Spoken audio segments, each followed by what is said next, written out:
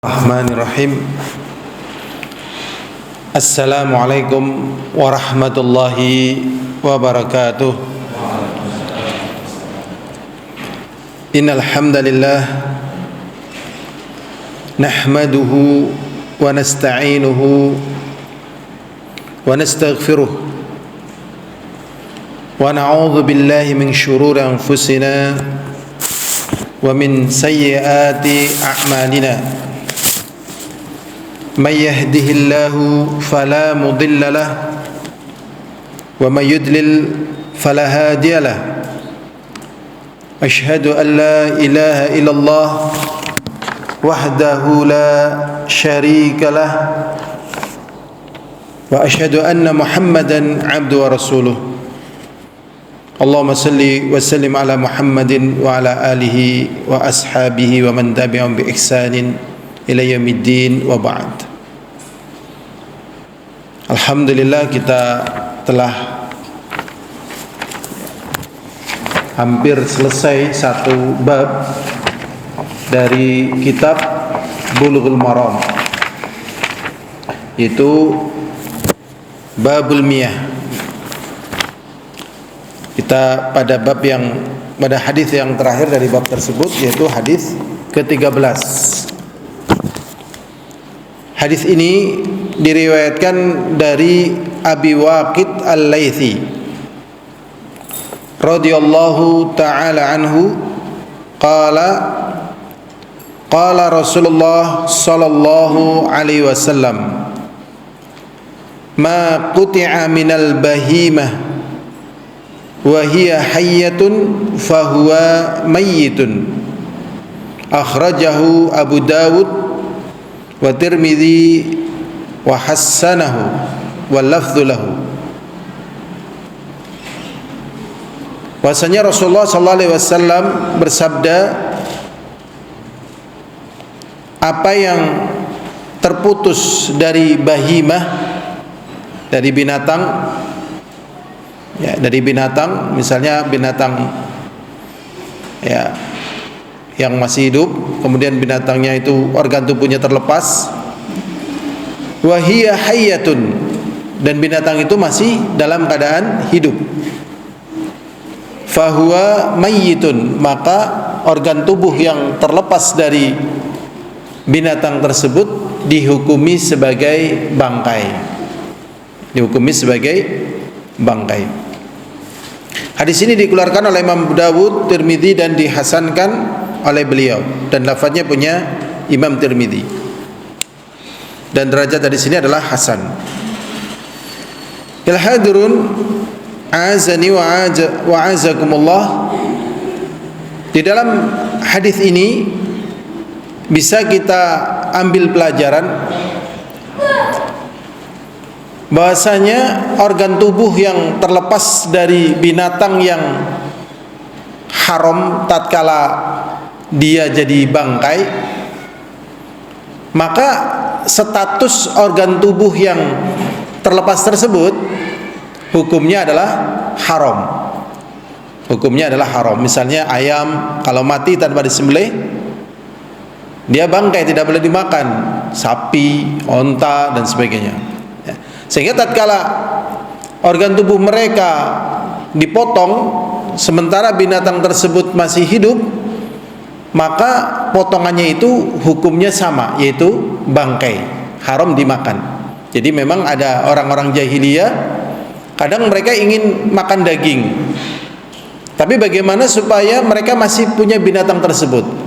Maka binatang itu tidak mereka sembelih, kemudian mereka potong organ tubuhnya, kemudian mereka makan daging dari potongan organ tubuh tersebut, maka ini hukumnya adalah bangkai.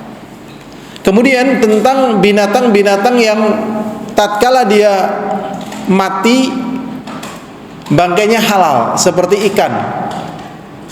Apabila kita mendapatkan ikan ya yang kita buru, misalnya kita hanya mendapatkan ekornya saja dan ikannya lari dan masih hidup, maka potongan dari ikan tersebut hukumnya adalah halal. Jadi yang halal tatkala dia mati, maka halal pula organ tubuhnya. Ya. Kemudian ya ada binatang-binatang yang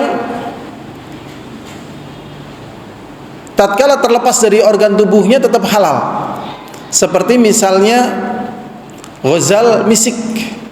Ghazal misik. Jadi minyak misik yang paling mahal itu dari kijang, ya, ghazal. Itu di dalam Sahih Bukhari disebutkan dari binatang namanya kijang, tapi kijang misik. Ada yang bilang dari darahnya, ada yang bilang dari keringatnya, dari binatang.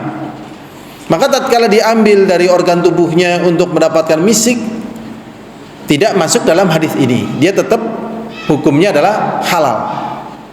Demikian juga dengan fa'ratul misik, yaitu ya fa'rah sebatas yang saya ketahui ya tikus misik, ya.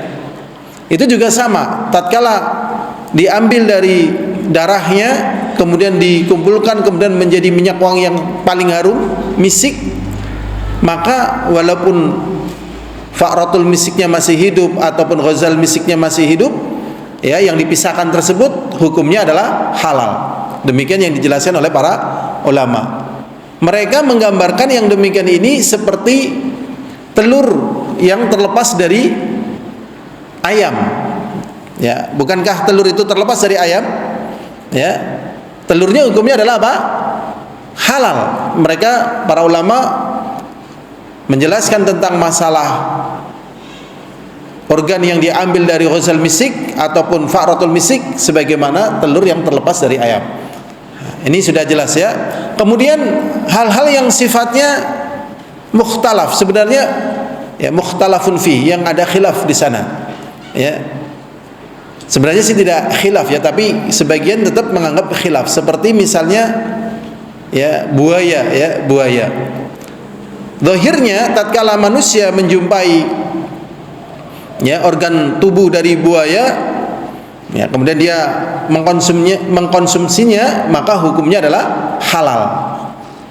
Jadi saya secara pribadi memilih buaya ini adalah halal, sebagaimana penjelasannya Syekh Ali Basam, kemudian ada Syekh Shalih Fauzan dan masyayikh dari negeri Saudi, ya. Adapun kalau yang dari negeri Yaman, mereka ya untuk mengharamkan itu tidak berani terang-terangan, ya.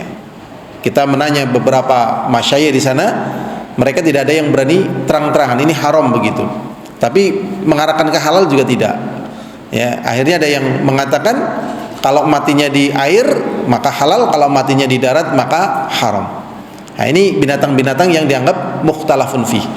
Nah, di sini dijelaskan seperti itu sekilas, ya, walaupun hadisnya menyangkut hal yang tidak begitu banyak, ya. Intinya yaitu organ yang terlepas dari binatang yang kalau mati adalah haram, maka organ tersebut statusnya adalah bangkai. Cuman di dalam kitab ya, Fathul Alam Syarah Bulughul Maram, di sana ada pembahasan panjang lebar. Di antaranya tentang masalah organ tubuh manusia. Ya, kadang mungkin manusia ya tangannya lepas dan sebagainya, ya. Ini status organ tubuh ini najis atau suci. Ya, ada yang mengatakan najis, ada yang mengatakan suci. Ya. Tapi ya secara umum yang lebih kuat organ tubuh manusia adalah hukumnya apa? Suci. Ya. Mereka yang mengatakan najis mengatakan dengan dalil innal musyrikina najas, sesungguhnya orang musyrik najis. Adapun kalau muslim itu tidak najis, karena mereka juga mengatakan ya muslim itu tidak najis. Nah, sehingga terjadi khilaf di kalangan para ulama. Kemudian ada juga yang mengatakan, ini dalam kitab Fathul Alam, ya. Kemudian ada juga yang mengatakan organ tubuh manusia itu tidak najis, karena asal mula manusia adalah dari sesuatu yang suci. Kalau memang organ tubuh manusia yang terlepas dari manusia itu adalah najis, berarti asal daripada manusia itu adalah najis, yaitu air maninya. Padahal air mani itu adalah suci, sehingga organ tubuhnya adalah najis.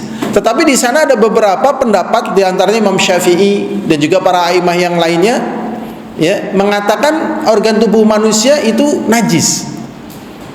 Ya, ini salah satu di antara pendapat dari Imam Syafi'i. Ya, beliau mengatakan najis. Beliau berdalil dengan peristiwa yang waktu itu terjadi di Mekah. Ya, di riwayat di masa Abdullah bin Umar, Abdullah bin Abbas, ada seseorang yang masuk ke dalam sumur Zam-Zam dan meninggal dunia di sana. Dan meninggal dunia di sana di dalam sumur Zam-Zam. Maka Abdullah bin Umar dan para sahabat yang lainnya memerintahkan agar sumur Zam-Zam ini dikuras. Akhirnya diambil simpulan oleh para ulama bahwasanya organ tubuh manusia yang terlepas dari jasadnya adalah najis. Tetapi zahirnya organ tubuh yang terlepas dari tubuh manusia tidak najis, tetap suci, karena asal daripada manusia adalah dari sesuatu yang suci. Adapun pengurasan tersebut, di sana ada banyak kemungkinan, bisa jadi karena terjadi pembusukan. Terjadi pembusukan pada organ tubuh sehingga airnya itu terkontaminasi dengan hal-hal yang membahayakan bagi tubuh. Nah, sehingga dikuras. Adapun kalau kita lihat dari asal daripada manusia, dia terbuat dari sesuatu yang suci, maka tatkala organ tubuhnya terlepas, maka dia adalah suci. Adapun musyrikin dikatakan najis, itu bukan najis badannya tetapi najis hatinya dengan kesyirikan. Ya, ini pelajaran yang bisa kita ambil dari hadis yang ke-13. Ya. Hadis ke-13 dalam kitab Al-Maram. Berikutnya hadirin azani wa azakumullah, kita masuk bab baru, yaitu bab bejana. Bab bejana.